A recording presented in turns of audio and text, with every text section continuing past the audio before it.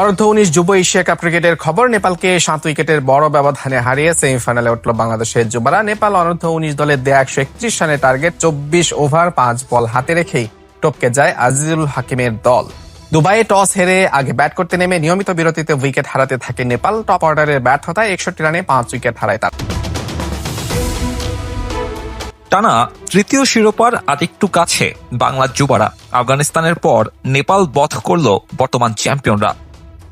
দুবাইয়ে টস জিতে নেপালকে ব্যাটিংয়ের আমন্ত্রণ জানায় বাংলাদেশ। প্রতিপক্ষ অপেক্ষাকৃত কিছুটা দুর্বল হওয়ায় দলের সেরা পেসার ইকবাল ইমনকে বিশ্রাম দেয় টিম ম্যানেজমেন্ট।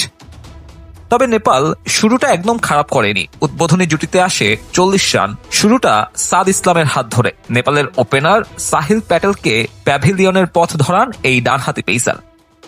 ইনিংসের 10ম ওভারে শুরু হয় ব্যাটিং বিপর্যয়। আসা যাওয়ার মিছিলে নামে নেপাল অনূর্ধ্ব-19-এর ব্যাটাররা। 61-তে 5 আর 81-তে দলীয় 6ষ্ঠ উইকেটের পতন।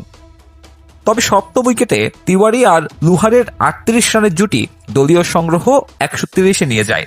নেপাল অল আউট 31 ওভার 1 বলে। সবুজ সর্বোচ্চ 3টি, সাত, শাহরিয়া আর অধিনায়ক তামিম নিয়েছেন 2টি করে উইকেট। ছোট্ট লক্ষ্যে ব্যাট করতে নেমে অদ্ভুত কাণ্ড ঘটায় বর্তমান চ্যাম্পিয়নরা। ইনিংসের 4র্থ ওভারের প্রথম 2 বলে টানা 2 রান আউটে ফেরেন রিফাত বেগ ও আজিজুল হাকিম। টুর্নামেন্টের প্রথম ম্যাচেও ব্যাটিং ইনিংসে জোড়া রান আউট হয় বাংলাদেশের যুবাদের।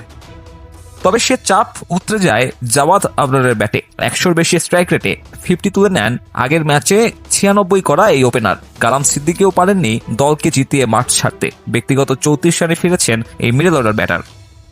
শেষ পর্যন্ত 70 রানের অপরাজিত ইনিংস খেলেন জাওয়াদ। বাংলাদেশ তুলে নেয় টানা দ্বিতীয় জয়। আর তাতে গ্রুপ পর্বের এক ম্যাচ হাতে রেখেই সেমিফাইনাল নিশ্চিত করল বর্তমান চ্যাম্পিয়নরা।